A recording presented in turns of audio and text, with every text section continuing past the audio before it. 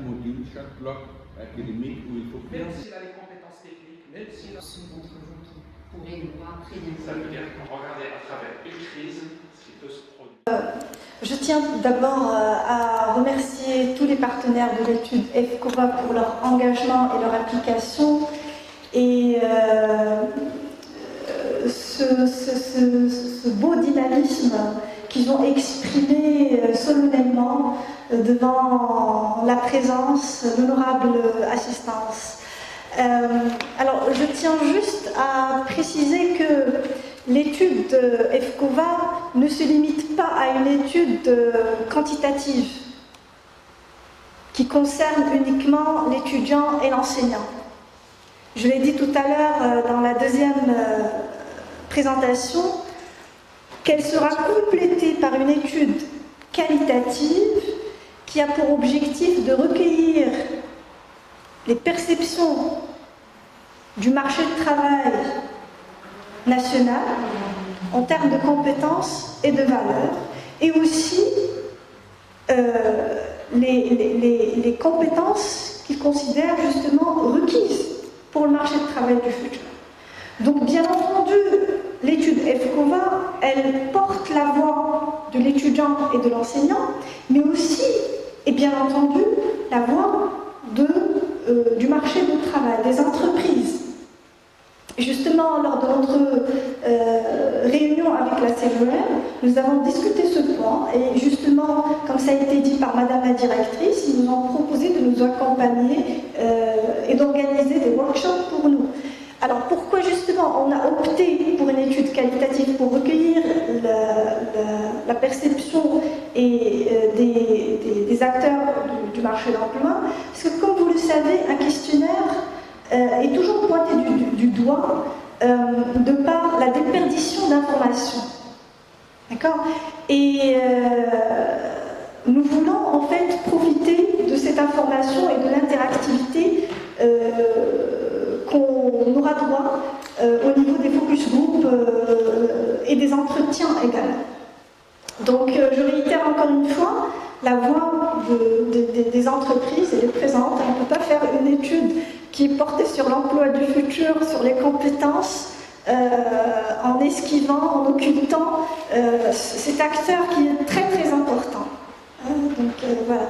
Alors, l'étude de FCOVA est portée par une ambition de produire un outil de collecte de données de référence pour réaliser des études périodiques au niveau national et des études comparées à l'international, surtout que nous prenons de plus en plus conscience du fait que de vivre dans un monde globalisé où les frontières se font de moins en moins sentir et où on commence à toucher du doigt le concept que ma chère amie, elle est où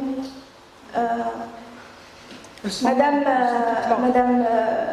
Selma Karim a cité tout à l'heure le Digital Citizenship ou encore le Global Digital Citizenship, considéré autrefois perché, trop exagéré ou encore de la pure imagination. Alors, avant de faire ce pas, j'ai considéré que c'était trop à s'aventurer. Et puis, je me suis rappelé l'échec appréhendé de l'innovation pédagogique que j'ai menée avec mes étudiants de master, qui s'est révélée une grande réussite et qui fait ma fierté à côté de la leçon de vie qu'elle m'a apprise. Dans la vie, il faut oser. Et l'échec, c'est juste une occasion d'apprentissage et de développement de la résilience de soi. Alors, cette appréhension de départ s'est dissipée par les retours positifs et encouragements qu'on a reçus des organisations internationales à côté de leurs propositions d'accompagnement dans le processus d'internationalisation du questionnaire. Alors, chère présence, j'ai l'immense plaisir de vous présenter le comment du déroulement de l'enquête pilote FCOVA à l'international et des retours que j'ai reçus des étudiants et des organisations internationales qui ont participé à cette enquête pilote. Alors tout d'abord, nous avons traduit les questionnaires étudiants-enseignants. Je vous situe, je traite de l'étude quantitative. Et puis, on a testé dans un premier temps avec les étudiants anglophones au Maroc. Et on a consulté pour avis des organisations internationales, et on leur a demandé de servir le retour dans le formulaire que vous avez en fait sous les yeux. Alors, pour ce qui est des retours des étudiants qui ont rempli le questionnaire, ils considèrent que les questions et les modalités de réponse proposées sont claires et complètes. Alors, ces étudiants qui ont participé à l'enquête pilote sont majoritairement de la gente féminine, âgées de 16 à 24 ans, poursuivant des études dans différentes disciplines et langues. Alors, on a les langues, l'économie, les métiers de la santé, et qui relèvent en fait de plusieurs établissements publics et privés. Essentiellement en fait de l'université Mohammed V de Rabat et dans une moindre mesure de l'université Mohammed VI. Alors, avant de vous parler des retours des organisations internationales que j'ai rapporté fidèlement ici sous vos yeux, il convient de mentionner que le choix de ces organisations ne s'est pas fait au hasard, au contraire, il est bien réfléchi. Alors, il s'agit des organisations que nous avons pris pour référence leur cadre conceptuel que je vous ai présenté tout à l'heure et que nous estimons les plus à même d'évaluer notre outil de collecte des données et à l'apprécier justement à sa juste valeur. Alors, il s'agit particulièrement de l'UNESCO, UNEVOC et d'UNESCO APNIV qui ont édité ensemble le rapport Values for Learning and Working Together in a Globalized World, à côté de l'Association internationale des universités.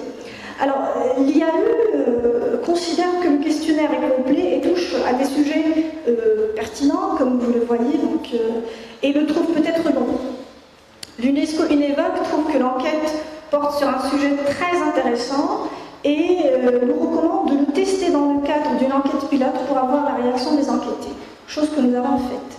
Alors, UNESCO APNIV, APNIV c'est Asia Pacific Network for International Education and Values Education, trouve le questionnaire complet, donc comprehensive, et couvre tous les aspects du travail, et il est par ailleurs adapté aux étudiants qui vont accéder au marché d'emploi.